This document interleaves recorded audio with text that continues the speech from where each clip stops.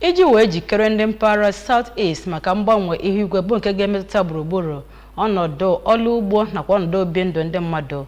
Ụlọ ọrụ Nigerian Meteorological Agency NIMET enyego nkọwa gbasatara mgbanwe ihu igwe nke afọ a maka ndị mpaghara South East Geopolitical Zone. DG nakwa CEO nke NIMET Ọkammụta Charles Anọsike nyere nkọwa na mahadum Nnamdi Azikiwe dị n'Awka dịka ndị ọrụ ugbo nakwa ndị ọzọ ọ na-elu n'okwu na mpaghara South East bịara ya bụ mmemme. Joseph Egbeọcha kọrọ akụkọ a n'uju.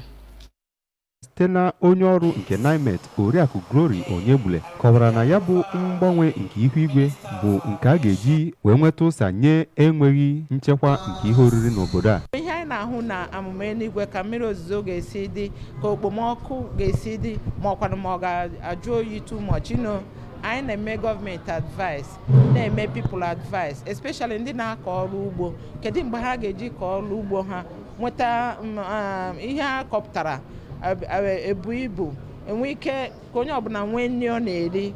Na mbụ dịka ọ na-agbape ya bụ mmemme, onye Vice Chancellor nke mahadum Nnamdi Azikiwe dị n'Awka Ọkammụta Charles Esimone kwuru na ịtụle ihu igwe bụ nke ga-enyere aka n'akụkọ gbasara steeti a, obodo Naijiria nakwa ndụ ndị mmadụ, ọkachasị ebe o metụtara ndị ọrụ ugbo.